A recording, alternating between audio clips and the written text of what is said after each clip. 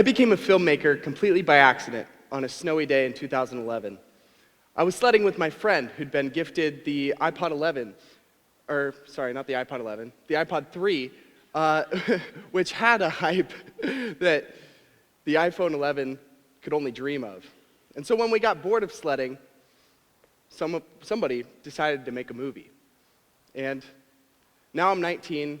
I've directed, produced, or worked on dozens of award-winning short films, music videos, commercials, and documentaries.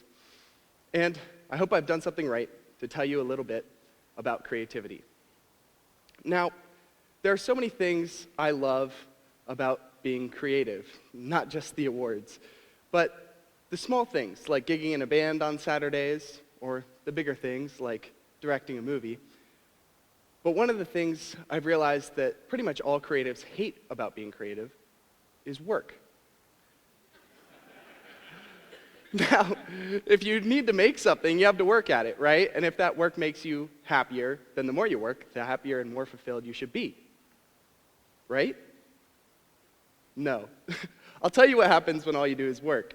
You miss appointments, you forget to brush your teeth, you show up to the coffee shop for the 9th day in a row to work, and your wallet's empty. And finally, when you do sit down to write, you have no ideas. So somewhere along the lines of trying to become more productive, we've actually cut ourselves off from productivity entirely. And as somebody who relies on that for their livelihood, and as somebody who just wants to be happy, I thought I should solve that problem. So I took a shower. Now I know what you're thinking, that taking a shower might not be the most productive way to go about solving a problem, but I was instantly filled with answers. And before I tell you those answers, let me tell you just a little bit about showers. Our hearts and minds are built so that passion is a major motivator. The things that make us happy satisfy our mind through serotonin. What's another thing that provides serotonin? I don't actually know. I'm an artist, not a scientist. So I had to Google it. And it turns out, showers.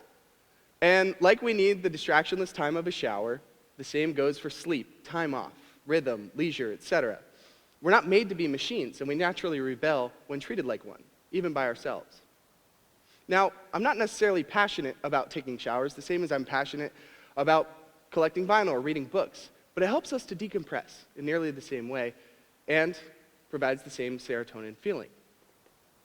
Showers are kind of like a blank canvas for your mind. And in that time of zero work, zero distraction, zero noise, our subconscious is able to bubble through with answers that we'd never be able to think of before. So I remembered standing there in the shower that this is actually what got me through high school.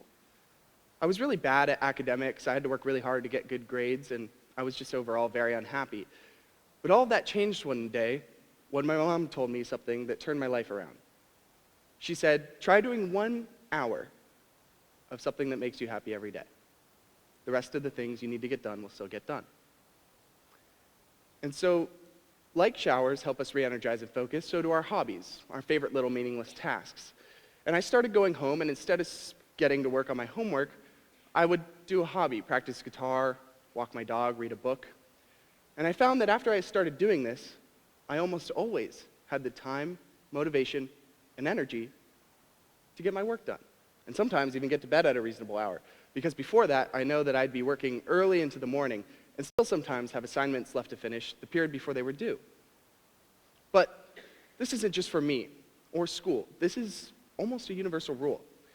Let me give you some examples. When I was a kid, I read a lot of Sherlock Holmes. And one thing I connected to later in life was his favorite way of solving mysteries. Now, it wasn't bouncing ideas off Watson, it wasn't inducing a hallucinogenic state, and it wasn't even using his looking glass. His favorite way of putting together complex crime capers was napping. He would sit in his armchair, and he would hold a yo-yo by the string. And as he dozed off, the yo-yo would hit the ground and wake him up. And then he'd just start the process all over again. And what he was actually doing is he was merging his subconscious and his conscious into one line of thinking, allowing all the little clues and answers to come together. Austin Kleon, one of my favorite authors, champions this idea, saying that the time in between sleeping and waking, when one doesn't know up from down, a reality from dream, is actually the most important for creatives. And it provides clarity and insight like no other formula, and certainly If it does that, I'd be willing to give it a shot rather than staring at my blank computer screen for hours. Another author, Stephen King, arguably one of the most proficient of our era, you'd think that he writes multiple books, hours a day, for weeks on end. But in his book on writing, he takes us through his writing process and reveals that he actually only writes for a couple hours every morning. And with the rest of his day, he does stuff that seemingly doesn't get books written, like going grocery shopping, walking his dog, or playing in a band. Microsoft finally just tested this theory in their offices in Japan. They decided to give their whole workforce an extra day off. And a year later, a study was published called the 4-Day Workweek, in which they showed that their office productivity had spiked by over 140%. So you see, from classic literature all the way through the modern workplace, this idea reveals something consistent with our human nature. When I was very young in my filmmaking career, I was like 14, my dream was to create narrative feature films, theater releases, red carpet stuff, you know. And so I always wanted to at least write a feature-length movie. I brainstormed, and no ideas came to me. And that dream remained a dream. Until one day, I went on a medical volunteer trip to Haiti, where I helped deliver babies, dig wells for clean water, and wire electricity, stuff that seemingly doesn't get movies written. But I remember the culture shock so well. There were thousands of people in the streets, trash everywhere, no air conditioning, no fast food, UN tanks rolling around with just guns sticking out at you. But I also remember this crazy natural beauty that was just completely different than my everyday experience in Ohio. And I think that this shift in my everyday perspective actually really helped my subconscious to bubble through in areas it hadn't before. So it was my last day in the country after all these adventures that I was waiting on a bus to take me to the airport. And I decided to pop in some music. And right then, when I least expected it, my muse struck. And I outlined my first feature film, a Western adventure called Fly By Night, about a duo of bandits on the hunt for the lost Confederate nation's treasury after the Civil War. And if you ask me how I wrote this, I really couldn't tell you, because I've never read a single thing about Confederate gold or 19th century America. But I like to say that sometimes it just takes going to Haiti and breaking down all your creative barriers to write a movie. But all this goes to show that sometimes working smarter, not harder, maybe not even working at all, really does pay off. Rhythm of life, no matter how much of workaholics we are, is essential to productivity.